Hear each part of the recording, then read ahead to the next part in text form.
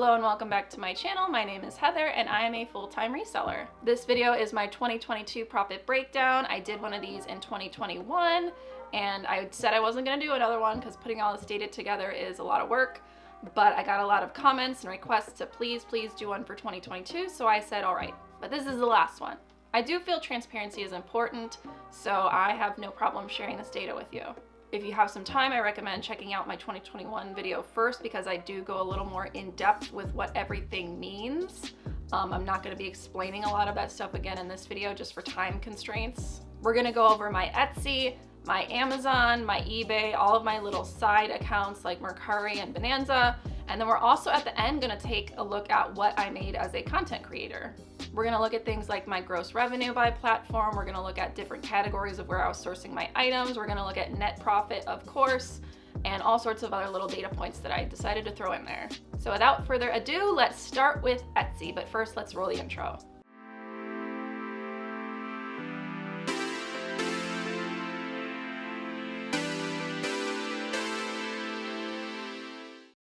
In 2022, Etsy accounted for 8.9% of my total gross revenue.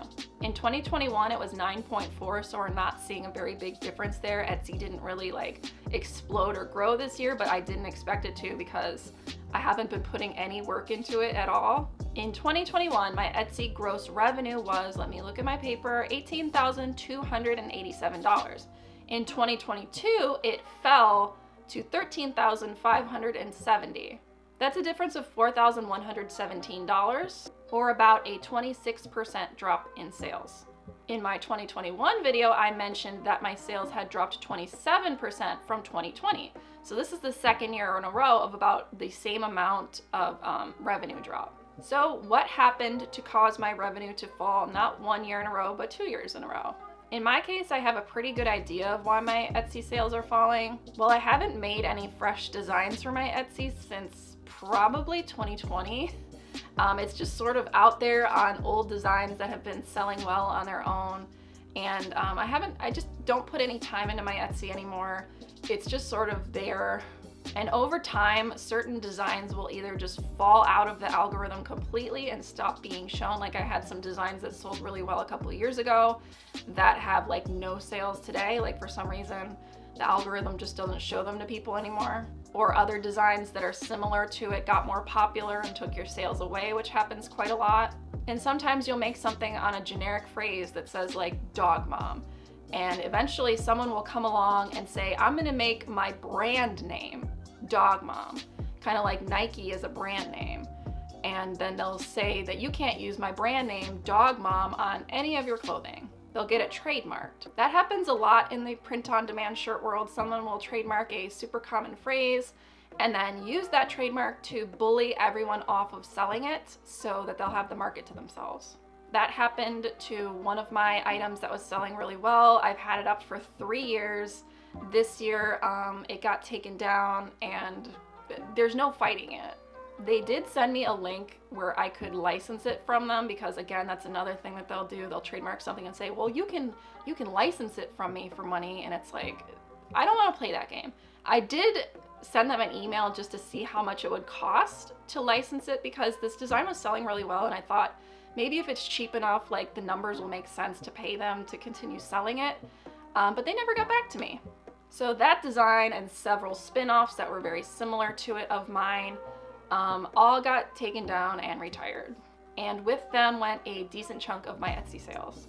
Without looking at official numbers, I can almost guarantee that my Etsy store follows the Pareto principle, which in this case will mean that 80% of my sales come from 20% of my products. I definitely have a few rockstar products that sell really well, and then the remaining 80%, I might sell 1 or 2 of a year. So whenever one of my big sellers gets taken down, big chunk of revenue is going with it. And it's completely my fault for not continuously replenishing my store with new designs. But like I said, that's just not really my focus or concern right now. I sold 917 items in 817 sales because some people do buy more than one thing from me. In 2021, I sold 1,148 items. Compared to 917, that's a 20% difference. That makes a lot of sense. You sell X% less items, you generate X% less revenue. Considering I put very little effort into my Etsy, I'm happy to be generating any income off that platform. In 2022, my net profit on Etsy was $5,263. Really not bad for something that's completely adrift at sea. Let's move on to eBay. In 2022, eBay was 32.1% of my gross revenue. Compared to 2021, which was 34.2%, not a real big change. I sold a total of 1,203 items. That's 460 items less than I sold on the platform in 2021, which is a drop of about 27%. Let's take a look at my sourcing categories to see if anything changed heavily from 2021 to 2022. With the exception of drugstores losing some ground to grocery stores, it didn't really change significantly. The majority of my sales on eBay came from thrift and liquidation, which was unchanged from 2021. That makes a lot of sense. I love going to thrift and I love going to liquidation stores. I don't foresee that ever changing. My gross revenue on eBay in 2022 was $48,991. That's down from $66,416 in 2021. That's a difference of $17,425 or a drop of 26%. We have an average selling price of $39.31. An average profit of $22.35 per item, and an average ROI of 833%. I like including this metric about how much it costs to ship me things, and in 2022, 56.8% of my items shipped for $5 or less. And if we expand that to $10 or less, we're at 89.8%. I get asked a lot, why do you sell so many items with free shipping? Why is your whole store free shipping? You're losing out on money. Why don't you bother charging for that? And the answer is right there in the data, because almost 90% of the stuff I ship is for $10 or less. It's really easy to do the mental math at this point to figure out how much shipping I should be charging for an item and then just roll it into the price. eBay does give you a little boost for having free shipping on your listings, so I choose to make mine free shipping for that boost and then just roll it into the price. Like, I'm not gonna sell an item for $25 with $5 shipping when I could just sell it for $30 with free shipping. If my business consisted more of larger items, like larger stereo sets or something, doing calculated shipping would make more sense in those cases, but I just don't do a whole lot of that. You guys know how much I love my smalls, my lights, my cheaps, so that's why I stick with free shipping. 64.7% of my items were acquired for $5 or less. That was actually 75% in 2021, so that's like a really big change to me. Almost 25% less items were acquired for $5 or less. So either I'm finding less deals or the prices have actually gone up.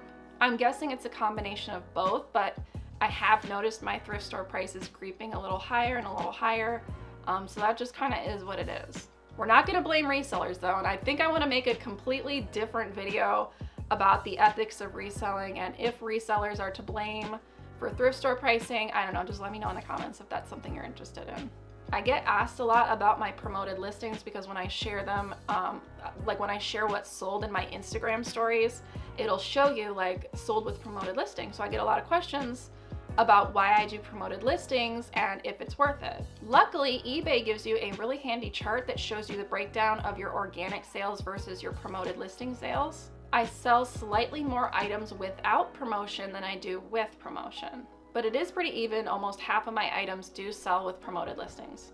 I only promote at the lowest percent. It used to be 1%, and then eBay bumped it where you couldn't do anything less than 2%. I'm guessing they did that because they saw it as a really easy change to make twice as much money, which is kind of crappy, but you can't fight it.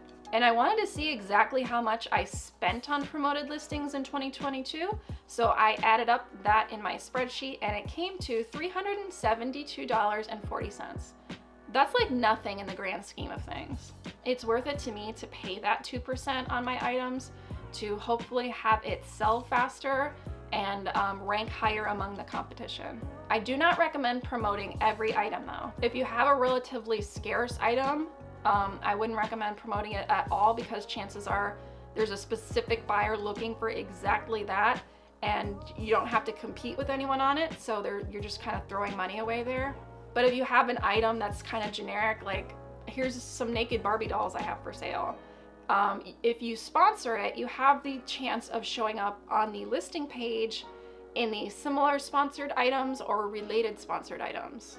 So if somebody's just browsing through dolls for fun and they see your doll and they think, hey, that's a great price, I kind of want it, they can just sort of impulse buy it.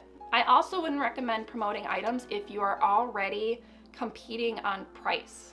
So if you have a high competition item, but you're trying to be the lowest price so that if somebody sorts low to high, your item will be at the top already, then don't bother promoting it.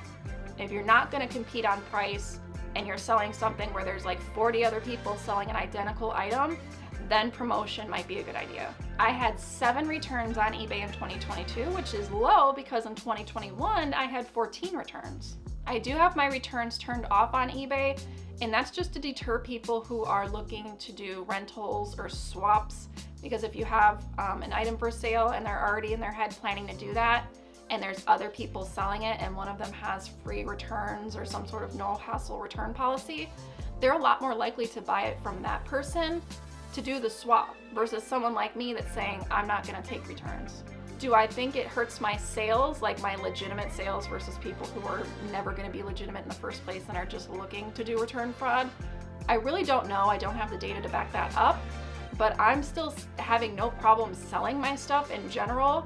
And I'm not usually selling like expensive electronics where somebody's gonna have some hesitation in buying it. I'm selling stuff where what you see is what you get mostly, like figures and dolls and stuff. So people are a lot less hesitant to buy regardless of your return policy. They're just happy to get it for a certain price. For eBay in 2022, my net profit was $26,833. That is down $11,080 from 2021. So the big question is, why did my number of sales decrease and why did my revenue and net profit decrease? Because we can look at the data and we can see not much changed. My sourcing didn't really change, my average selling price didn't really change, my profit margin didn't really change, my ROI didn't change significantly. So what fueled that change in revenue? The answer is probably that in 2022, I had to stop selling all used beauty, and I also chose to stop selling foods and over-the-counter medications for the most part. I did a video last year about my time in eBay jail where I got hit 3 separate times for stuff that in my opinion should never have been taken down, but eBay didn't care. They decided to err on the side of caution and take down my collectible Mountain Dews because they were expired food, even though they were in the collectibles category and not being sold as consumable food. They were taking down used perfumes, they were taking down used lotions and stuff, which used to be fine on eBay but is not anymore. And that really hurt me because I sell a lot of used lotions and used perfumes and stuff. That's like a category that was really big for me. And because I didn't want to keep up with expiration dates, and most of the food that's worth selling on eBay and most of the over-counter medications that end up being worth money on eBay are stuff that you can't find anymore and then in turn is expired because it's old. And I didn't want to deal with expiration date issues anymore, so I said, just gonna cut those categories out for the most part. And although other people seem to be able to sell their expired stuff on eBay just fine without them taking it down, I don't have that same luxury. They seem to have me under a magnifying glass. One wrong move and they'll give me a suspension. I became a lot pickier about the used beauty I did pick up because I have been listing it on Mercari and other platforms because a lot of it still has value, even though you can't sell it as easily as you used to.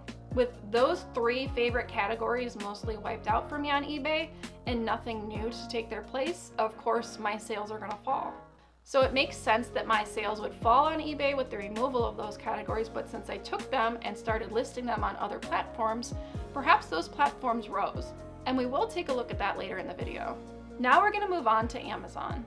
Amazon was 53% of my gross revenue in 2022. It was 54.7% in 2021, so Amazon is still king. It's representing over half of my business activity. My gross sales for Amazon in 2022 were $80,946. That is $25,154 less than I sold in 2021, or a decrease of 23.7%. I sold a total of 2,690 items on Amazon in 2022. 1,255 of them were FBM, and 1,435 of them were FBA. Compared to 2021, that's actually a really big change. I sold 522 less items in 2022, which is a decrease of 17%. But now my percentage of FBA to FBM is nearly even, whereas in 2021 it was 75% FBM and 25% FBA. I did consciously try and increase my FBA presence in order to both free up space and packaging time, and it seems like I achieved that goal. I'm not looking to be 100% FBA. I'm happy with it kind of being 50-50. That works really well for me. Now let's look at our Amazon sourcing breakdown for 2022 and see if anything changed from 2021. Drugstores, no surprise, still hold the biggest percent of the pie. That does not surprise me at all. I love my drugstores for Amazon, and I don't think that will ever change. But we are looking at a major collapse in the wholesale category. Wholesale went from 26.7% in 2021 to just 1.5% in 2022. Discounters and major retail also lost ground to grocery stores and liquidation. So why did those decreases happen? I kind of stopped sourcing at TJ Maxx and Ross and Walmart and Target because I usually went to the major retail stores with my husband when he was doing BrickSeek deals. He's kind of doing BrickSeek a lot less now, so as a result, I've been going to those stores less and then getting less stuff to sell. And I've been prioritizing liquidation because I'm actually making a lot more money at liquidation than I was at, say, TJ Maxx or Ross. As for why wholesale collapsed, that is explained really easily. In my 2021 video, I mentioned that I had one really good wholesale product that I found. I was buying it wholesale. I was like the only one on the listing for a long time. So I would buy a case of it, I would prep them and send them into FBA, and they would sell super fast. And then towards the end of 2021, everyone else had sniffed out what I was doing and found the item and ended up being a race to the bottom, so the item is no longer profitable. Since I had to abandon that one wholesale product and I didn't have anything like that to replace it with in 2022, naturally that category is going to collapse. I would love to find another wholesale product like that, but it was really a lightning in a bottle kind of situation, and I don't think I'll be able to find something that great again. But if I do, I will be extremely happy. My average selling price was $30.03, which is only slightly down from 2021. My average profit was $15.35, which is also slightly down from 2021. My average ROI was 381%, which is actually up from 2021. So what all that data tells me is I didn't really abandon my strategy that much. I'm not a high volume, low ROI seller. I try and prioritize ROI above basically everything else. My profit margin was 51.3% for a net Amazon profit in 2022 of $41,508. That is down $14,038 from 2021, or a difference of 25.3%. So why do I think my sales went down on Amazon? Well, if we take that anomaly wholesale item out, which accounted for about $7,000 in revenue in 2021, we're still left with about $17,000 of unexplained lost revenue. One theory is that there were more product shortages to take advantage of in 2021 due to supply chain issues from the pandemic. Those super quick money blips started drying up in 2022 as the supply chain stabilized just a little bit. There were still plenty of shortages to take advantage of, I just feel like there weren't as many. And I feel like I sourced less overall. And luckily, I do have some data I can look at to see if that hypothesis is correct. Since I track my business mileage with an app called MileIQ, I figured I could look at my business mileage in 2021 versus my business mileage in 2022 and see if there are any significant differences. Compared to 2021, my business mileage was actually down about 20%. So in my eyes, that's case closed. Sourcing less, plus a general downturn in opportunistic supply chain shortages, means less revenue and sales overall. I had 6 FBM returns and 15 FBA returns in 2022. Compared to 2021, that's half as many FBM returns, whereas the FBA returns mostly stayed the same number. But if you'll remember, I just about doubled the amount of items I was sending through FBA, so really that's about half as much as you would expect. So overall, on both eBay and Amazon, my returns were almost 50% less. And I have no data to back up exactly why that is, so let's just call it luck. Let's move on to my alternate platforms category.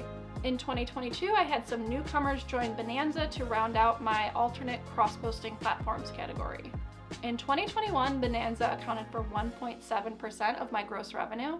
In 2022, it stayed basically the same at 1.6%, but I added Trugether and Mercari to the same boat, which accounted for 1.6% and 2.5% of my gross revenue, meaning all of the alternates category now makes up 5.8% of my gross revenue.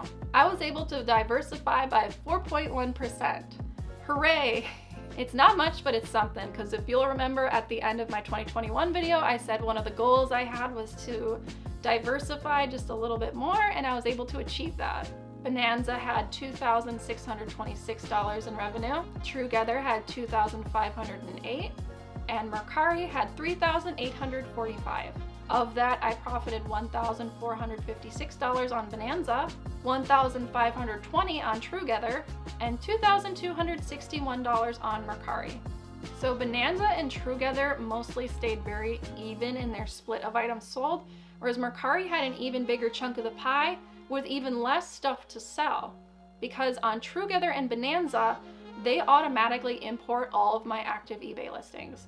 Whereas Mercari, I don't automatically import everything. I have to do it manually, and I use a program called Vendu.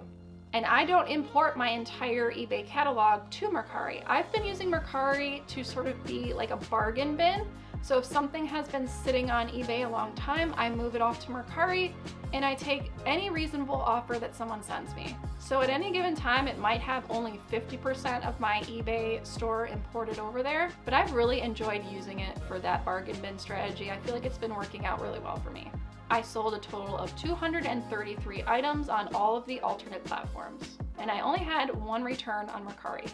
So if we zoom out, we take all of the numbers from all of the platforms. How much was my gross revenue and how much was my net profit? My gross revenue in 2022 on all of my resale platforms was $152,488. My net profit was $78,844. Yes, my gross revenue and my net profit dropped from 2021 by about 25% overall, but if you'll remember, I predicted that. I worked really hard in 2021 specifically to pay off my car, and I was able to achieve that. And once that big expense was out of the way, I kind of just wanted to rest on my laurels a little bit. I sourced less, I sold less. It was a pretty even correlation. I spent more time at home with my family, I played more games, I just felt more at ease overall. I'm still really happy with having a net profit of $78,000 because I feel like that is more money than I would make at most jobs in what my field would have been from college, and I get to work for myself and make my own hours. I'm truly grateful for having this opportunity to do this full time. Now that we've talked about my reselling income, let's talk about my income as a content creator. I have my Amazon influencer storefront, which holds all of my reselling supplies that I personally use and buy and would recommend. There's nothing on there that I've never used. There's nothing on there that I'm being paid to shill. It's all stuff that I love and would recommend. My Amazon influencer storefront earned me $66.31. So thank you to anyone who has ever looked at or purchased from my supply store. You don't pay any extra money to buy this stuff. I get money because Amazon gives me a little bonus tip for referring traffic to Amazon listings. So it's really a win-win situation for both of us if you're interested in buying any of that stuff. In 2022, I finally got accepted into the Instagram bonus program, which means that I could earn some money off of any reels I posted on Instagram. I was invited in April, but I was immediately turned from eligible to ineligible due to some sort of weird community guidelines glitch. Like it said that I had violated some sort of guidelines, but then if you actually went and looked at my account status, it would say you have no violations. So when I researched, I was finding other people on Twitter and Reddit that had the exact same issue, so it was some sort of weird glitch that a lot of us were affected with. And Instagram has no customer support. None whatsoever. You can send a support ticket, but it might as well be like sending a paper airplane out your window. Nobody's gonna respond to it. So I resorted to tweeting at Adam Mosseri, the CEO of Instagram, over and over and over out of just sheer boredom and frustration because how dare you? You invited me to the bonus program, you took my bank account information and my social security number because this is income, and then immediately told me, actually, we're gonna take all this information and then give you no money. I was like, not happening. And then miraculously, sometime in July, my account went from ineligible to eligible, and I was able to start finally earning on my reels. The way it works is you post a reel within the bonus time frame, usually about a month, and any views that one reel gets within that time frame count to be paid for.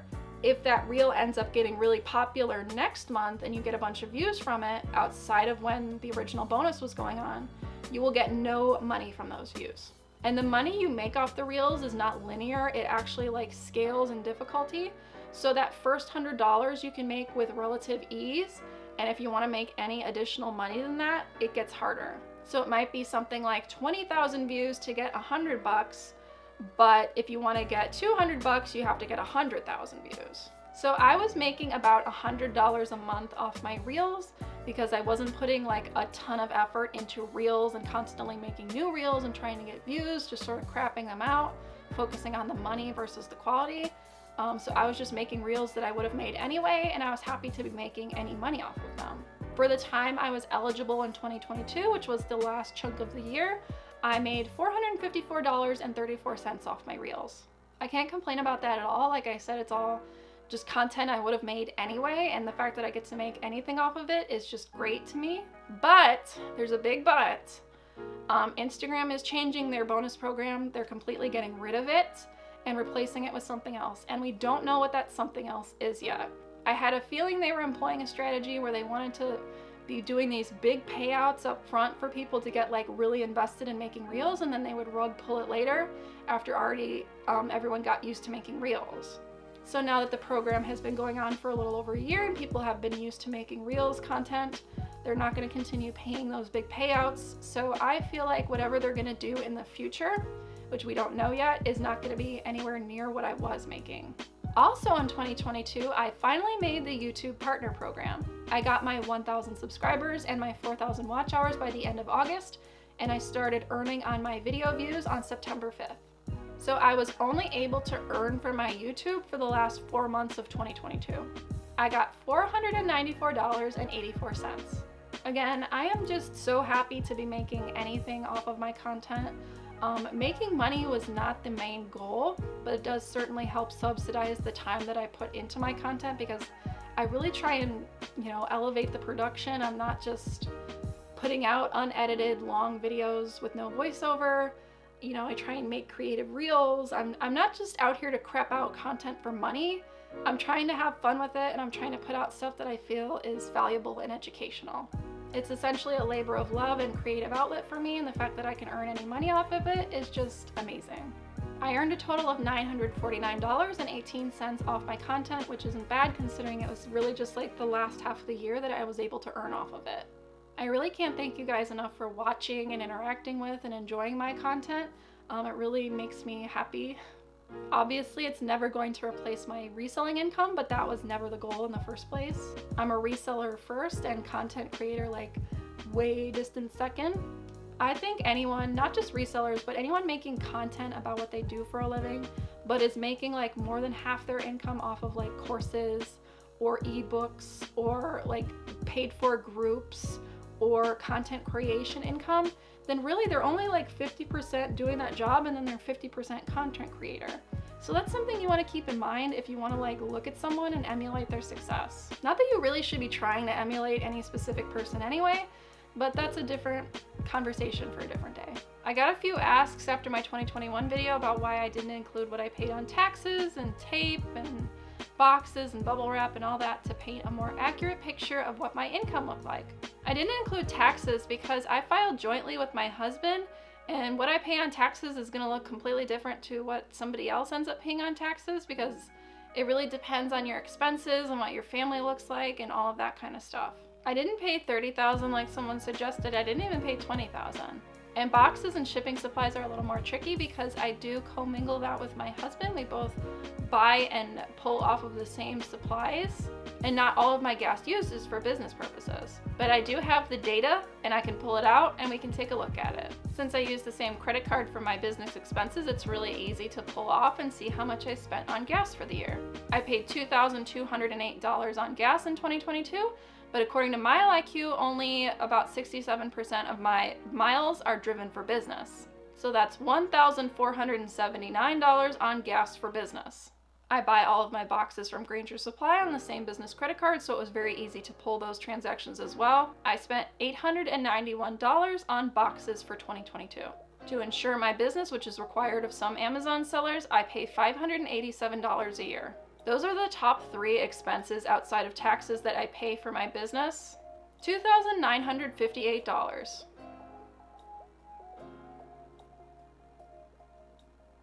And that was my 2022 profit breakdown as a full-time reseller. It sure beats having a real job, and I live comfortably off of what I make, so I have no complaints. I'd like to do a video in the future about what it took me to go from part-time reseller to full-time reseller and why it kind of took me a long period of time. But I don't know if that's just going to be a long video of me yapping about my past life, or if that's actually something that's valuable and interesting to you. So you can let me know in the comments if that's the kind of video that you're looking for. You can also let me know in the comments if there's something I missed, or if there's something you want clarification on. I can try and clear that up for you. Thank you so much for watching. I really appreciate it. If you're not already subscribed, please consider doing so. I make nothing but reselling content, and I try and put out 1 video a month. So if you want to see my videos pop up in your feed, subscribing is the best way to do that. If you're still here after all of this data regurgitating and you found any of it valuable, drop me a like so I know. Now get out there, have fun, and find something good to make a living.